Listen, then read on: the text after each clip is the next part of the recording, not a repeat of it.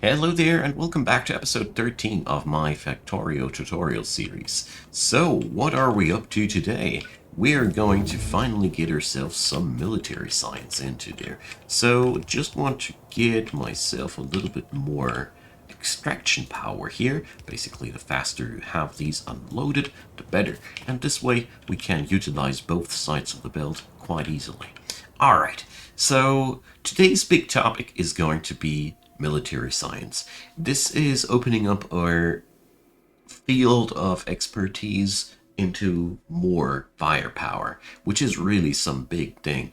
So for today, we're also going to research various other little things, namely modules and things that I'll be just cleansing off of the list on on the fly, if you don't mind, because we really need to get going on other topics. So we're going to get started today and start with the proper stone brick production. So when we remember our endeavors here, there was a requirement of 10 pieces of stone a sec. And also we need to check out, are we even able to pull up the coal production? Yeah, sort of. But we really need to expand next on our coal production. Luckily, there is a patch up there. Tell you what, we're going to go for a little bit of a adventure there in between. We don't need to go for a train network for this. I deem this overkill, but we're going to work a little bit differently on that one. So we're going to get ourselves some heavy lifting going here. And, well, whatever. I was considering replacing the power pole there, but it's not necessary. So, there we go. Well, we need to produce iron gear wheels, don't we? Okay. So here at this point, our manufacturing module here is reaching its limits of efficiency, so to speak. I am starting to be unhappy with the footprint of these constructions, which means the size of all these things, but well. So we got now ourselves at least a baseline production of red belts. Let's keep those modules going. Modules, by the way, can be put into various machines to enhance their functionality, but more about that in a different moment. So our little burner mining drills need their refills. All right. So I figured that we're going to make the whole stone furnace action happen here, and I want to introduce one different method of getting the job done here. So as soon as my brain remembers where I was up to, what I was up to. So let's craft ourselves a couple of gates, grab a few green circuits on the fly. You see, handcrafting is always something that keeps happening on my end. Okay, so to get anything going, we're going to need now to make a lot of stone brick production. So let's get this started. For the total amount of 5 bricks that we require here, because that's what it boils down to, we need 16 smelters. Okay. Our defenses here are holding. That is a wonderful little thing. So let's get this recipe on the Helmod to give you a better picture. Okay, bricks, they do behave exactly like the other materials, but they require double as much material. Therefore, we would need to either go for a red build to have that kind of capacity. As you see here, the red build is able to transport 30 pieces of whatever in a second, or we just divide it differently. It's up to you. Alright, so in the meantime, well, we'll be setting this up here. Smelter column here is absolutely safe because it's in the shadow of my gun turrets here. Okay, let's get ourselves some smelters going. I'm not going to touch the output of the other stone patch of mine there, because I figured that it would be in vain anyways. So let's quickly Control C and get ourselves the full package of 24 smelters here down. As we see there, we have absolutely enough room to get this going. All right, so there we go. 24 here. Output line. Control V on the other side. So I want to show a method that you can also use that has been mentioned in my comments section a while ago. So we're going to go here for, I think we need to go for 12 each. So I want to show you that you can also mix and match the belts differently. So 2, 4, 6, 8, 10, and 12. All right. So if I want to go further than that, I will need red belts. Won't work with yellow belts because they are too slow. We need to go that way, but since we don't need that much production, it's fine. We can upgrade that part of the factory on another occasion. So if you don't want to go for the double belt method that I have set up there, I'm going to introduce the different method for you. So we're going to split off some coal here, and we're going to split off some stone here. There we go, and you might already notice that this could look a wee bit familiar to you. Alright. See. Silly me. And now we do exactly the same thing the other side as well. Alright.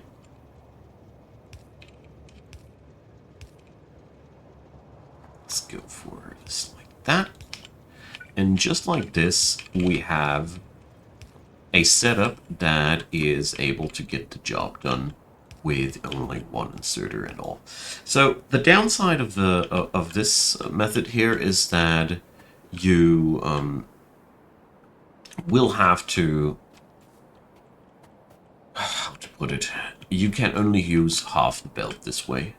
With this method here, you can always, you can build the smelter column however you want to, and it requires a little bit less, a little bit more understanding of builds. But since we are now, by all means, no newbies anymore, I meant to introduce it to you like that as well. You can use this setup for any other smelter setup as well. Just mind you that you need to play 50-50 on the smelters, as you only have 50% of the ore throughput here. So if 48 smelters make 15 plates, 24 smelters make 7.5 plates, and therefore there shall be only 24 smelters on each side, which is given here. So basically this setup would also run with that setup. That's the short of my long talk. Came through. So the thing here is with Factorio, you can do so effing much and so darned different that I often try to pick the methods that I deem the easiest to understand when you don't have any clue about Factorio. I try to avoid complicated things. That's how it comes down to that. Because my episode that was called Smelting Like a Pro generated a little bit hate, because people were feeling like that this was not worthy being called a pro method. Oh well. Just to give my thoughts about all that. So let's get a look on this. Enough of the rambling. As soon as all these bad boys are running, we can now evaluate. So we have a throughput of 15 pieces of stone here, because we have like exactly the half of the grid, and as soon as we make yellow belts out of that, red belts out of that, we could expand there. But because we are currently only inputting, so to perspective, Our input is currently only 11 pieces of stone, so who cares? We're not even fully satisfying the quota for this one. But we have now all the necessary materials for our military science, which is absolutely what I wanted. So we're going to pipe it this way, and as you see, this we can now use this to have a bit of a preview about how things will go, and we're next up going to decide where our military science complex will be, because now we finally have what we need. Oh no, we don't have what we need. We don't have the steel yet. Anyways, we're going to pipe off the steel that we're currently producing and increase the numbers later. I am done with waiting. So where are we going to build all that? If I look into this region, I'm very much against it. If I look up there, I think this is going to be where we go. So I just realized we're going to make the power production move down here. So my further steam generators will be living downstairs here because that square is just excellent. And that'll free up the rest of the show there, but I'll be fixing up that on another time. So let's get started. So let's see what we're going to require now for reels. Some of these materials, we have all of these in there. The problem now that I got, if I'd be using this belt, is this belt is being strained by my logistics network. So I don't like that. That means if ever the production on this end is on high tide, the science production would halt. That's unacceptable. Science production for me has always one of the highest priorities, therefore we need to find a different method. But it is a really easy thing to do, as we can easily now do some other belt black magics here. So let's shorten that path and pipe stuff upstairs like that. Alright. Here again, I'm using underground builds as much as I can to free up some room. Okay.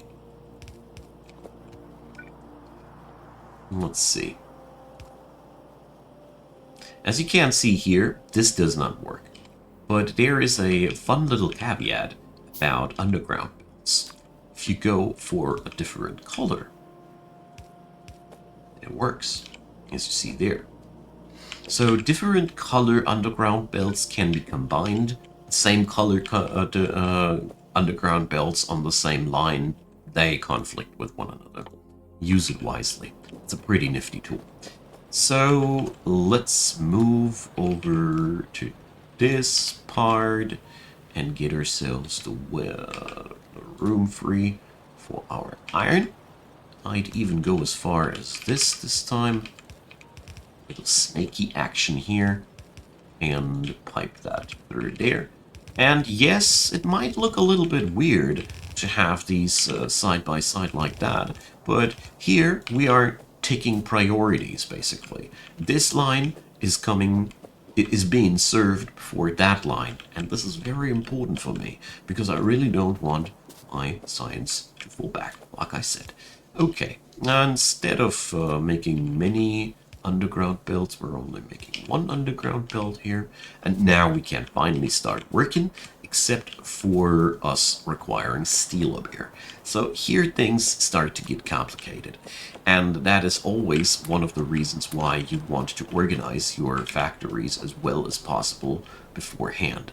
Since we are right now only working on a interim solution, so to speak, I don't mind. So let's put just some more coal into these beasties. There we go. So that steel here is really not on a favorable spot, but the good news is we do require coal on top of it, so we can just take the spaghetti path upstairs. Sometimes you just have to do what you have to do. And sometimes this is resulting in very ugly builds. I'm well aware of that.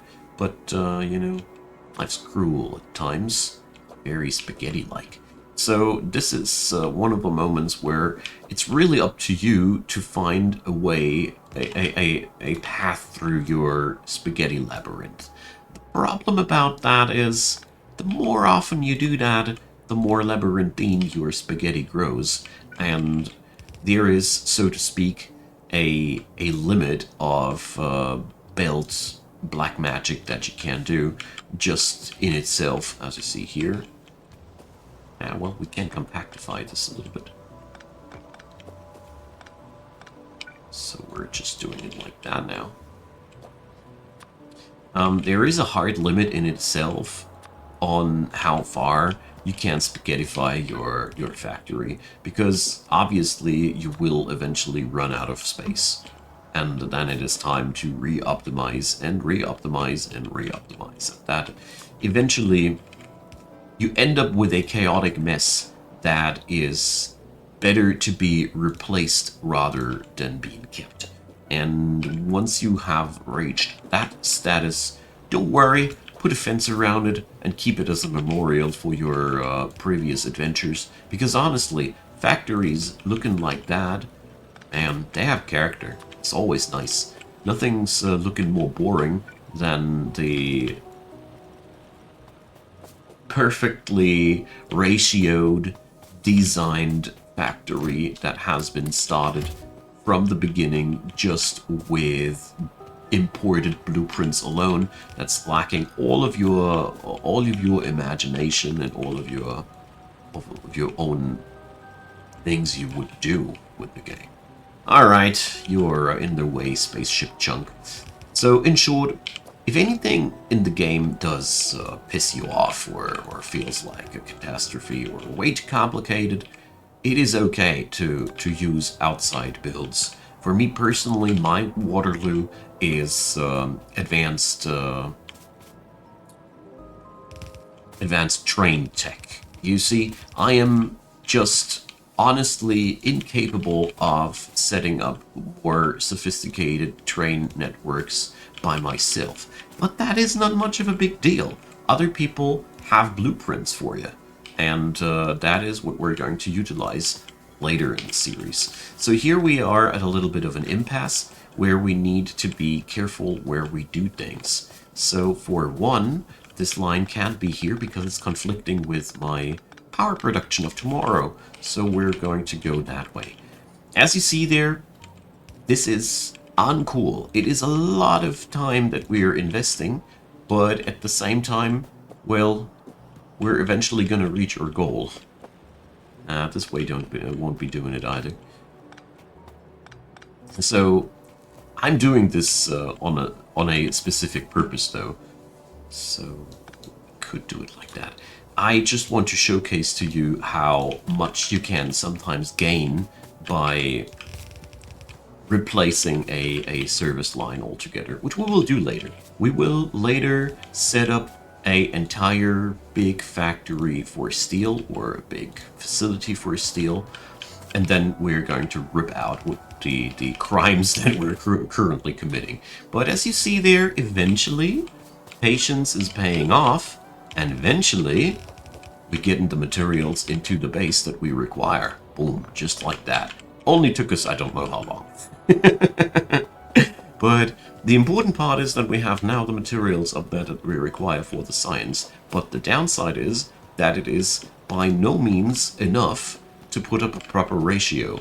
So that means whenever you're working like that, you're basically wasting a bit of your time. Every time you do it like that, okay? So usually I wouldn't be bothering with that, and I'd be setting up a ginormous steel outpost at that point if I'd be playing this off camera. But since I assume that we are among beginners here, I don't want to do it like that. So I'm going to rotate that out of here, and we're going to go this way. Just decided that we're going to cancel this whole direction here. I'll leave the ghosts of the smelters here just as an idea for the future. So if I want to expand, this space there is still reserved, which is pretty good for me, by all means. And now let's pipe the stuff through here, just like that. Now we need to find a pathway to get this last build finally into the new science factory to be, but, well, we're almost there. This path here is a necessary evil. The one before was an unnecessary evil. Whoa, whoa, whoa, whoa. What the hell? You, my little boy, aren't even in service anymore. Jeez. All right, so here we're inside the cliff zone. Cliffs have this wonderful ability to turn any form of organized logistics into grab. And that's why I'm looking forward to cliff explosives. Once we have access to oil, we are just going to blast away all of these nasty, nasty little things. So, what's happening over here?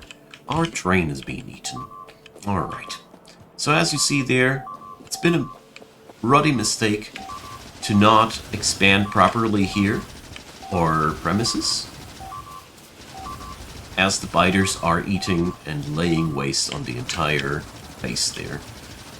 They love changing their trajectory when you expand your base, especially when you start emitting new waves of pollution. That is absolutely the point where stuff like that will be bound to happen. Not a big deal though. I'll be repairing that on the fly. There we go. And we're going to expand our safety grid now. All right. So we're going to make a gate happen here. As you see there. Ah, well, I guess we need to rebuild the entire unloading station due to this little accident. Maybe not. Ah, yeah, here, I'll be doing this off camera as I don't want to bother you guys with the rebuilding of all that. Or, well, we do record it. So, the gist of it here was that we failed to have enough gun turret defense altogether to get the whole thing defended, which is sort of a shame, but you see, stuff like that, it just happens. Stuff like that just happens. Alright. Now we need to heave-ho all of that, because otherwise we can't properly see where all the damage was done. So, take this as a lesson. Never have anything outside your perimeter undefended. It will eventually bite your back. Problem here is that our train has to drive through a gate here, so we need to rebuild all that. But, well, we were actually happily building ourselves a neat little military science outpost when these bugs came on by. So, give me a sec. And there we are. So, I fixed up the whole issue, and we can set the locomotive going again. So, well, I didn't manage to bring up a gate at that point because, well, obvious reasons. We can't really set up a gate at this point there because it doesn't fit. That leaves up with an area where the biters obviously can enter the base. Not a big deal though, as we just need to increase the firepower. Eventually, well, this won't be a long-term deal. This is something you should take into account when you are designing this. I think if I just would have spent a little bit more time designing what I did there, I would have found a way that has not this kind of opening there, but at the same time, I gotta say, it is also not that much of a big deal that we got one. So the ammo line is now relayed. Let's see. Is the ammo line successfully running? Yes. Alright, so now we got everything back in order. We obviously have to wait until a fresh reserve of stone has arrived, but we can work with what we got currently. So, gray military, gray tech. So let's pin that. This is, by the way, one of our probably the biggest assembly that we've done so far. But as a matter of fact, it is fairly easy. So we will only need the brick for the sake of making walls. So we're going to set it up like that. Very quickly, very easily. There we go. And here we slap this with these back on the belt. Alright, one of them is enough. Okay, we got the wall part done. Got that done. Now we need to go for the hand grenade part. The hand grenade part does require 8 assemblers. So we also need to utilize iron and steel. So we have this a little bit on a unfortunate connection here. So let's see, the copper is ultimately only necessary for the ammo production, so we're going to get the small part production here. So there goes. We need 5 pieces of coal and we need 2.5 pieces of iron. So let's see, 8 of these machines. Can we work like that? I guess so. The biggest challenge is always to find a place where you can put your footprint down, where it actually does make sense. So here, things do get a little bit complicated though. I'll tell you what, we're going to use the red one. This is way more spacious. And now we can let it run alongside here. So we'll need one inserter close-up and one inserter far away for the iron. There we go. And we do output there. 1, 2, 3, 4. No biggie, as you can't see. Just with a little bit of reorganizing, we were able to easily get what we need together. Boom, just like that. And now produce the grenades. Saying boom in this regard is almost a pun. Unintentional one though. Alrighty, so let's get down with the power poles. And now we got part 1 or 2 parts even already done of this, which is pretty cool, isn't it? Alright, so the last part is only 1 facility of regular ammo versus 2 facilities of the other ammo. So let's work with splitters here. Let's do this. And let's also do this. So we can grab the copper here. And we need...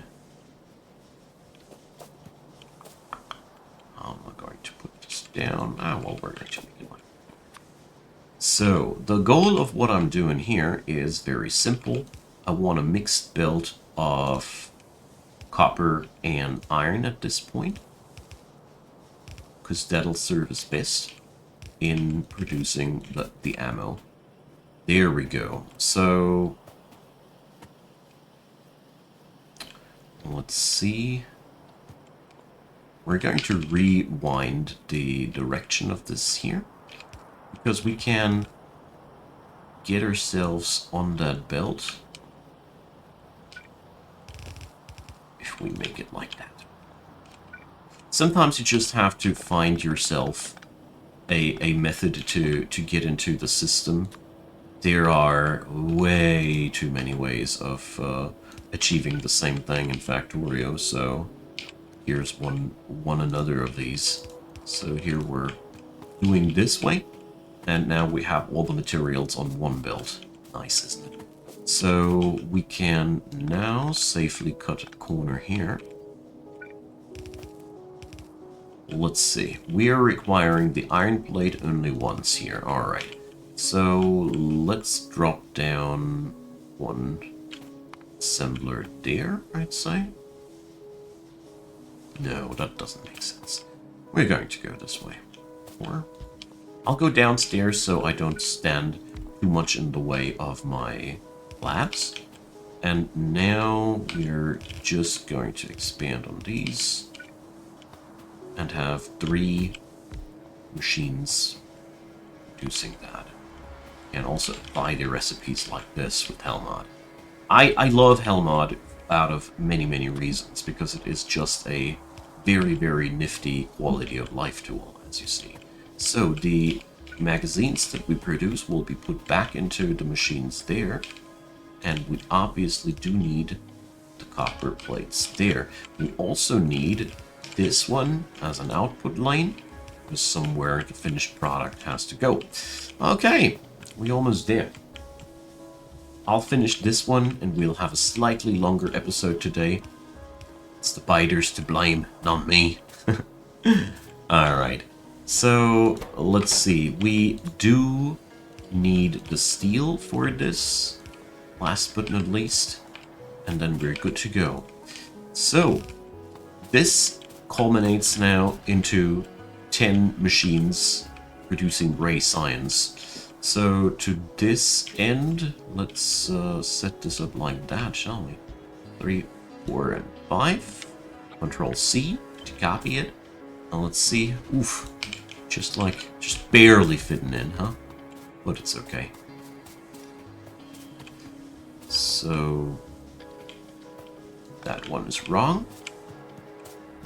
Bringing belt pollution into the game.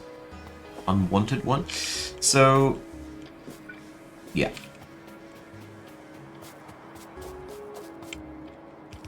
I ran out of assemblers along the way, but it's not that much of a big deal, I'd say. So we need to run the magazines down close. And these guys. Oh.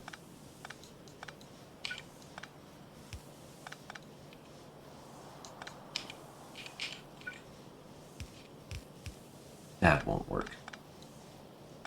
So we need to go for something like that. And as you see, the narrower your builds grow, the more complicated supplying stuff gets. But I think we finally did it. So there's the output line.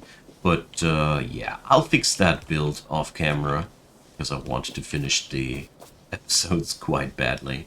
So you see there, proof of concept, we did it, friends. All the necessary materials are in. We're creating our first gray science packs. It is a little bit of a convoluted build, but the gray science packs can then be easily piped into the lab part. And yeah, we do have a small laboratory part, but these can be relocated. More about that in a different episode. We've done it, my friends. Thanks for watching, everybody. Next episode, I think we are ready to get towards oil. So I'm very, very excited.